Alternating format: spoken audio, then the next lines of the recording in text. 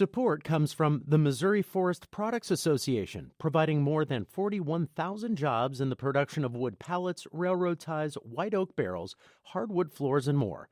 Details at choosewood.com. Welcome to St. Louis on the Air. I'm Don Marsh. Michael Brown was shot and killed in Ferguson 4 years ago today, and the fallout continues. Forward Through Ferguson, the organization named by the Ferguson Commission to oversee implementation of recommendations to improve racial and social injustice conditions after the shooting, has issued a new report on how well that's going. Short answer, it could be a lot better. Joining me in studio are three top officers of Forward Through Ferguson. Yinka Faleti is Executive Director, Karishma Furtado is Data and Alignment Catalyst, and David Dwight is Senior Strategy and Partnerships Catalyst. Thank you all so much for being with us. Great to have you with us. Thank you. Thank you. The ink is hardly dry on your report. So, Yinka, let me start with you. As I mentioned, Wesley Bell is going to be with us a little bit later in the program. He stands for a lot of things that you guys are talking about. Do you think that his election might have been associated with the whole Ferguson thing? I think that it was. I think that his election was on the for what happened in Ferguson was on the minds of many voters. I think a lot of people in this region are looking for change and want things to be different than they have been, and I think the election of Wesley Bell was a clear signal and a clear message that people want change. Karishma, do you see it the same way? Absolutely. I think we see the calls to action from the report embedded in his platform, and I think a lot of people will be watching to see those calls to action come to life under his leadership. Well, we have a long way to go, and we'll get into that. David, what do you think about this whole Absolutely. thing? And I really just want to give a shout out to, this has been so much about the energy of the people that have really risen these issues and made sure that they are at the forefront of our national discussion as well as locally. And so really just want to emphasize the power of organizers on the ground who have really made sure we can't forget about these important issues. Yinka, where do we stand on implementing the recommendations of the Ferguson Commission? Well, we're doing well in a few areas. So this report really focused on just the 47 signature priority areas. You know that there were 189 calls to action, but just the 47 most pressing. And on those 47, on 5 of them, we've made such progress that we can say, you know what, we've made some market improvement here. We've seen some good results. But on the majority of them, we're still lagging. We've still got a long way to go, particularly with respect to the Justice for All calls to action. That we've got many challenges in that area. We're still seeing a lot of racial inequities in that area, and so that's the area we've got a lot more work to do. 5 out of 47, David, that is not a very large number, obviously. Yeah, I know that if I had received that in school, my parents would not have been so happy. So we really are excited, and like Yinka said, we want to give celebration to those who have been invested in putting their energy, putting their resources behind implementing the recommendations. And yet we do have lagging progress, and a lot of it is because of a fragmentation of our government systems across St. Louis that make it really hard to have standards across all of them. A lot of leaders still haven't really fully invested in equity, so there's a lot that has to be done. Karishma, you're the data specialist, from what I understand from your title. What is the data telling you about all of this? Yeah, so across the 3 different approaches to collecting data for this report, we kept hearing much the same thing, that overcoming, as David said, fragmentation is a big challenge, that radical collaboration, which is one of our principles of doing racial equity work, remains very difficult, and that in the past couple years, while we haven't necessarily seen all the calls to action being implemented, what we have been seeing is a marked improvement in many of those principles of the work. So people are getting better at radically collaborating. They're getting better at radically listening.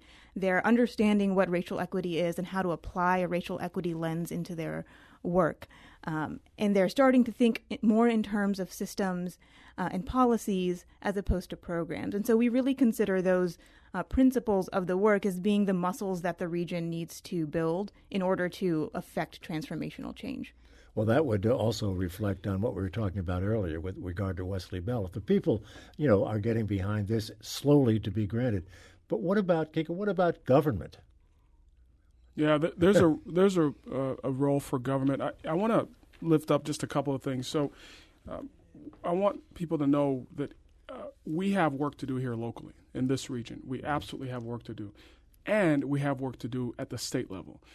Even when we make progress in this region, for example, on the minimum wage, where this region voted to increase it and the state voted to roll it back. Things like that fly in the face of the Ferguson Commission calls to action. We know that a living wage is important for people to be able to thrive and to survive and to live and to do. And so that's important. With respect to fragmented government, another example is the out-of-school suspension issue. We know that St. Louis Public Schools said no out-of-school suspension for preschool through second grade. We know that Maplewood and Richmond Heights said no out-of-school suspension for preschool through third grade, and Ladue as well in Normandy. However, that's just a few school districts. And so this fragmentation prevents us from being able to apply these policies statewide in a way that's efficient. You've got to go district by district by district by district. That is so inefficient, and it doesn't make any sense. We've got to do better there.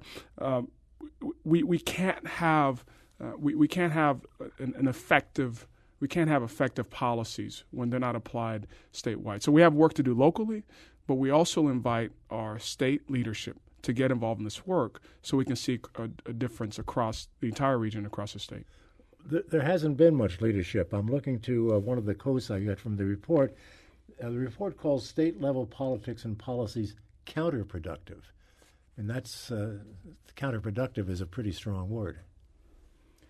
Yeah, I mean, Okay. I'm sorry, David, go ahead. We've seen several different areas where we've had regression on really important advancements that were key calls from the Ferguson Commission. So Yinka mentioned how minimum wage was brought back, but also on the key and really important Senate Bill 5, which had important recommendations that made it so we couldn't have exorbitant fines and fees from residents just to prop up small municipal governments, and also really did some work around ensuring that there weren't conflicts of interest amongst judges and prosecutors who would play different roles in different municipalities. But the Supreme Court in Missouri actually slashed some of those. So what's the strategy moving forward?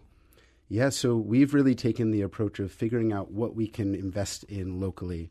In so many sectors across the region, like Karishma mentioned, people are growing in their understanding of racial equity and wanting to implement it. And so we've really focused in for the next 3 years on what are the policies that we can see the most systems-wide impact on. And so one of them that we're really focusing in on is about out-of-school suspension, and really making sure that our school environments are places where kids can thrive, and not ones where they'll be carted and put on the path towards prison. Mm-hmm. And I'll quickly jump in if you don't Yep. mind and add that one of the themes that came out of the report was that in a state policy environment that can seem so stubborn and intransigent, one approach that has shown to be effective is this pipeline almost from the local level, even the programmatic local level, up towards the state policy level. So this ground softening and amassing of momentum approach that we see, for example, with school-based health centers that started with just one school-based health center in one school and is now picking up steam and growing its collaborations with state-level entities and state-level governmental organizations. So if we can't jump straight to the state level right now, I think we're seeing a lot of headway in trying to get the ball rolling more locally and building up steam towards a state level approach. Yeah, and I'll add to that. You asked what's the strategy. We actually just a couple months ago released our hashtag STL 2039 action plan, where we envision by 2039 a racially equitable St. Louis. And we identified 3 prongs to this strategy. One, policy and systems change advocacy. The second is building racial equity capacity in institutions across this region. And then 3, sustaining the work. And I'm going to work backwards. Sustaining the work, it's going to take robust investment to do this work. This took generations to get to where we are. And so it's going to take time to get out of this mess that we're in. And so it's going to take investment. It's going to take investment of funding. It's going to take investment of time, of resources, of leadership. And so that's an important part. And so one of the things we're working on is a 25-year racial equity fund. If this region is serious about changing and becoming a different St. Louis, portraying a different vision for future generation, the leaders in this region must invest in racial equity work. So that's one. With respect to building racial equity capacity, so many organizations, leaders, people in this region don't even know what racial equity is. And so part of our work is to help build the capacity in these organizations to help them on their own racial equity journey in their own organizations. So many of the people who live in this region work somewhere. And so one of our strategies is to actually work with employers to build racial capacity in their organizations and in nonprofits as well, in government as well, et cetera. And the first one is advocacy, policy and systems change advocacy. And this report is part of is part of that advocacy, demystifying this so that people can read this, they can get it in their hands. The crux of this report is 13 pages. And so it's very, very readable. And it gives people the tools to be able to advocate for change with their leadership, with their political leadership, with the business leadership, and in their communities. You know, we've been having this conversation for a long, long time, and you've put a 25-year cap on it now. It just seems like that's just one way of having this thing drag out without a whole heck of a lot of progress for 25 years. Well, we don't want to wait 25 years. Of course not. And that's why we've assessed the region 3 years after the commission published the report. And so we're going to be publishing a report like this periodically because we have to track ourselves. If we do not track this as a region, then it won't get done. And so part of what we're accomplishing with this report, the state of the report, is to track and to measure in a very quantifiable way how we are doing. And so what we anticipate is that on this progress towards 2039, we're going to continue to have victory. So now we've got 5 of the 47 signature priorities that we say are achieved and have shown some marked progress. And so in another year or 2 years, we want to see more.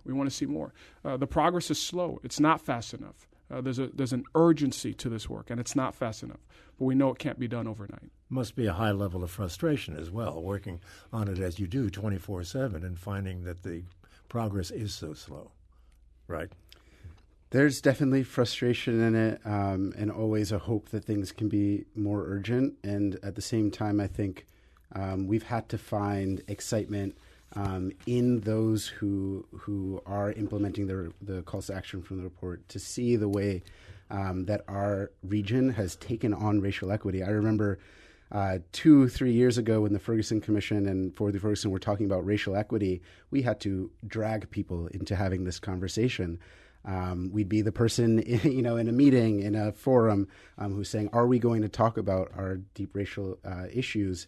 And nowadays, we see across the region, leaders are talking about it. Just in this past election, so many candidates were talking about these equity issues and had solutions to fix it. So I think we've found excitement in that. And we saw excitement, and we still celebrate it on the 7th, with Wesley Bell's election, with Lisa Clancy's, with several of the individuals who made it into office. Mm-hmm. So. Well, there's been a lot I have to take a break, but there's been a lot of conversation over the years, and it still moves agonizingly slowly. It just seems to drag along. I have to take that break. Let's do that now, come back and talk more about Forward Through Ferguson and its most recent report, kind of tracking what's been going on in our community since the shooting death of Michael Brown 4 years ago today. This is St. Louis on the Air on St. Louis Public Radio, 90.7 KWMU. Thank you for listening to this St. Louis on the Air podcast supported by University College at Washington University, with undergraduate and graduate programs part-time, evening, and online. University College at Washington University, offering world-class education within reach. And welcome back to our conversation on Forward Through Ferguson's take on issues that arose after the Michael Brown shooting. Karishma, let me come back to you with regard to collecting the data. What was the process like? How many people did you talk to in collecting this information? Sure. Across all of our approaches to collecting data, we spoke with about 90 individuals from a variety of sectors, most of them with organizations of different varieties. We contacted those individuals through surveys as well as through interviews with them. The surveys provided us with a more quantitative apples-to-apples measurement of level and extent of implementation of each of the calls to action, and the interviews built out that skeleton that the surveys provided us with, really allowed us to add some meat to those bones. And of course, we were constantly conducting literature scans and reviews, including checking the St. Louis Public Radio website every morning, because you guys do a great job of keeping us abreast of relevant goings-on. So yeah, across those three approaches and those 90 or so conversations and touches with various stakeholders. Is that enough, do you think, to get a really accurate picture of what's going on? No. Yeah. Frankly, no. Yeah. We can always do better, and we are always committed to doing better next time, to being even more comprehensive, to engaging with the community more in our data collection process. We've had several discussions around how we will improve our approach moving forward. And at the same time, we know that we can't allow the perfect to become the enemy of the good, that our region needs to act. It needs to act quickly. We have to be urgent about our work here, and that we can't allow ourselves to sit back and say we're going to just wait until we have collected more data. Better data is a critical pursuit, but it can't be used as justification for inaction. We've got a lot of data out there. We've got our report. We've got the report from For the Sake of All, now Health Equity Works, and several others. It's time to move. I just wanted to go to the For the Sake of All report, because, Yinka, you mentioned that early on. And one of the basic issue that they were dealing with was with health matters and how that impacts what's going on. Give me some sense of what you're learning about that, and how are we doing in the area of providing health care to those people who need it the most? Well, Don, we've got a long way to go there. We know that one of the good things about that report is it helped us to visualize health disparities by zip code. Mm-hmm. And we know that in this region, we have a 30-year, 3-decade difference in life between the folks who live in one zip code and another. And that's just unacceptable. So we've got a long, long way to go with respect to health. And health is not only about health per se, but it affects other things. Mm-hmm. There's so many second and third and fourth order ramifications of people not being able to get access to health care, get adequate health care, get quality health care, and all the social determinants of health that we now know are just as important as anything else. So we've got a long way to go there as well, Don. You mentioned a 30-year disparity and life expectancy. As I recall, the For the Sake of All report, it was an 18-year disparity in adjacent zip codes. Has that gone up that much over a short period of time? I think so in the For the Sake of All report, I think the number was 18 years. Yeah. I think when the county replicated the analysis and extended it even further, they were able to document that even larger disparity. I think it's between Wildwood and Kinloch, is it? Mm-hmm. So if the more you look, the more you find. So it certainly hasn't gotten better. It's just astonishing to think that there's that kind of a difference. David, let me go to you with regard to the current mood. Obviously, you're getting public input. This is a highly polarized country, not only this community, but this country, and it seems to be getting worse. I mean, if we look at the political dynamic, I'm wondering how that is playing right now in terms of people's attitudes. Do you have any sense of that? Yeah, I think we've definitely seen reverberations of what's happened nationally play out here in St. Louis. And there's also ways that St. Louis, if we look across our history, we've been some of the originators and innovators for a lot of racist policies and practices that have then expanded up nationally. And so St. Louis is definitely not a stranger to these difficult conversations. So we definitely do see that play out. But we really emphasize that racial equity is not an issue that is only for one party to address. This is something that every single one of us in this region has to be thinking about, because the health of our region depends on it, not to mention the lives of people of color who are directly affected by racism. Yinka, do you have any thoughts about that with regard to the national mood and how that impacts us here? Well, I think we see all across this country daily anecdotes of inequity. Yeah. We saw it in Philadelphia at the Starbucks. We see it with, the names are endless. Philando Castile and Tamir Rice and Eric Garner and on and on and on. And it seems almost weekly there's a new one that makes news in this country. So what we're doing here in St. Louis, when we achieve even more than 5, when we get to 10 and to 15 and to 20, and we hit all 47, and then we expand out and we get to 53 and 75, and then we hit all 189 calls to action. When we do that, and we can't do that, we can do that, but when we do that, then we will see this country take St. Louis as a model. As David said, this region has been the innovator of racist policies. And in this very same way, we can be the innovator of equitable policies and systems change. So we're hopeful that things can change, and we're hopeful that St. Louis can be a beacon for the rest of this country. Is this reflected in any of your data, Karishma?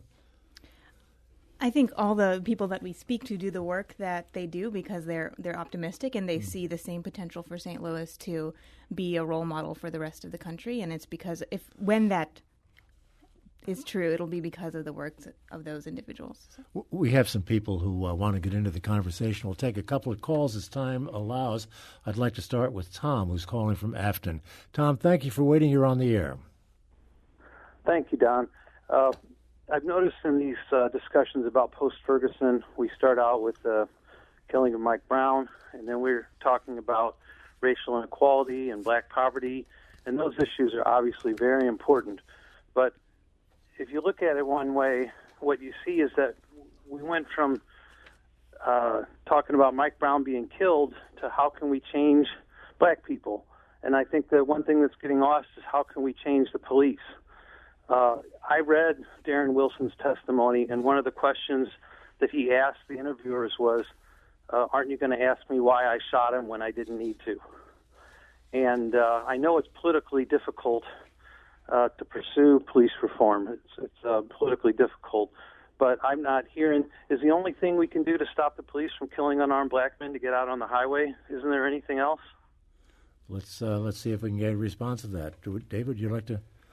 Yeah, I think you make important points. And activism is absolutely an important piece of the strategy, and we wouldn't be having this conversation here today if not for all those young people who went out on the streets in Ferguson and in St. Louis and in the nation to protest these issues. But this is not just a case of bad apples.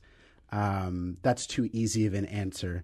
This is really about systems and the fact that our policies, our behaviors, our practices mean that this is going to be our reality, that we will continue to see these incidents with law enforcement, that we will continue to see these huge life expectancy gaps, that we will continue to have huge differences in employment rates, in graduation.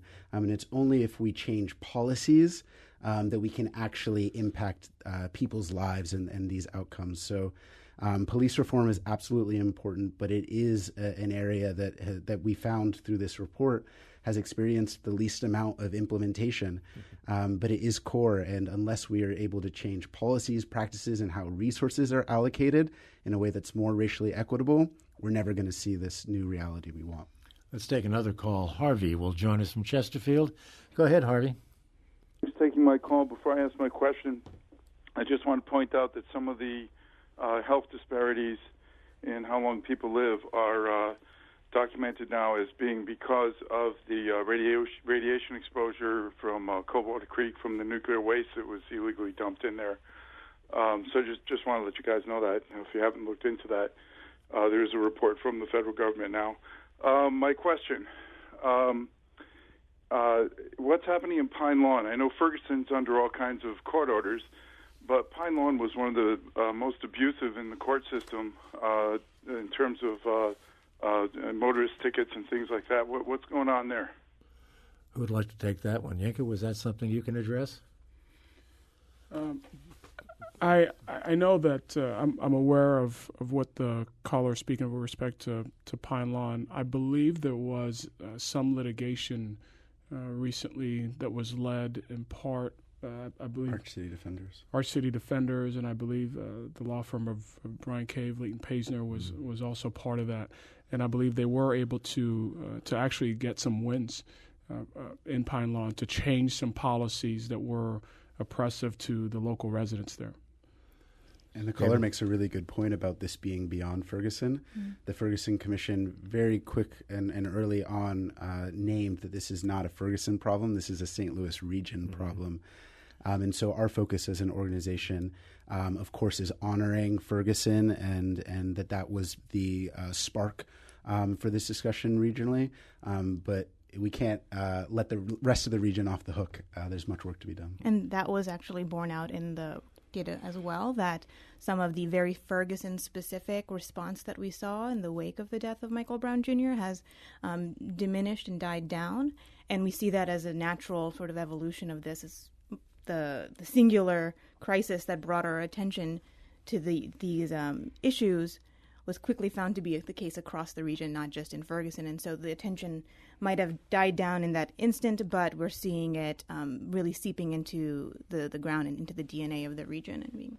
And if I may, I just want to quickly correct. It was Pagedale that Brian Cave was involved in. Brian Cave, Leighton Paisner was involved in getting some wins in a consent decree by federal court. Very similar situations, though, in those two communities. They're almost mirror. I'm going to take one more call. We can talk all we want about government, about other institutions getting involved, but Ron, who is in Ferguson, is going to bring up another issue that's an important part of it, I believe. Go ahead, Ron. Well, the thing I wanted to say is that family structure is the most important thing for keeping kids out of the prison, out of the pipeline, regardless of what race or gender you are. The prison, the pipeline starts at home. So if people do a better job of raising their children, they wouldn't end up in the system. And also, we have to have some form of discipline in these schools, because what I see is that in the low-income schools, they pretty much let kids run rampant, and then they wonder why the ones that really want to learn can't learn. And then the people that complain the most about it live in school districts where there are very little discipline problems, and they have lots of resources. Regardless of my income, I don't want my child or grandchildren going to any school where there's violence and bullying and there's no consequences to the individuals portraying that. And I've been working with young people for 25 years in the STEM fields, and the biggest indicator of success is good parenting. Right. Ron, thank you for the call. I'll go quickly around the table, and he makes a point, doesn't he, Dave? So I think it's really easy when we have these really difficult issues to jump to the first thing that we think of, and we hear family structure a lot. It came up a lot during the Ferguson Commission, and discipline and law and order. But we've really found that those are only surface level interventions. There's some great research from Raj Chetty nationally, who has investigated that same issue of if it's family structure that leads to kids who aren't performing as well or have negative health impacts. And actually it's not. It's so many other things in the environment that affect it. It's whether they have a quality school that they can go to nearby, whether they live in a food desert and have access to healthy foods, whether there's adequate transportation to get to a job and to have access to good employment. Those are the factors that really drive this more, and it doesn't help to just blame it on family structure or to say we need to punish the kids more. Actually, those kids need an environment where they can thrive, and when you're deprived of those things, I mean, anyone would act out. Yeah. Our time is winding down. Yinka, I'll go to you for this last comment, and that is, I understand you're going to be having a series of public events to gather even more information and take this out into the community and get that kind of input. What's going on there? That's right. So our first of 3 community town halls will be September 6th at the Veneta Park Indian Trails Library, and so we encourage people in the community to come out to engage more deeply with this report and learn about more of what they can do. We encourage people to read this report, read our hashtag STL 2039 action plan that lays out how we will achieve a racially equitable St. Louis by 2039. And we encourage people to get involved and to hold their leaders accountable. All right. Do you have a final thought that, Karishma, you'd like to leave us with? I'm looking forward to gearing up the data collection machine to do the State of the Report 2.0, and I hope we'll have made even more progress towards this 47. I want to thank you all for being with us today and bringing us up to speed on what you've been doing. Thanks to Yinka Faleti, Karishma, Furtado, and David Dwight of Forward Through Ferguson. This is St. Louis on the Air on St. Louis Public Radio, 90.7 KWMU.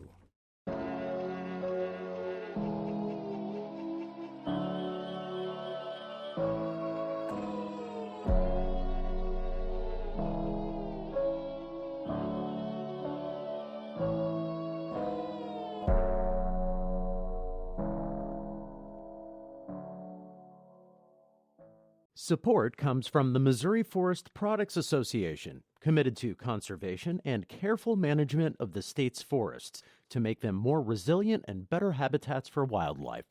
ChooseWood.com.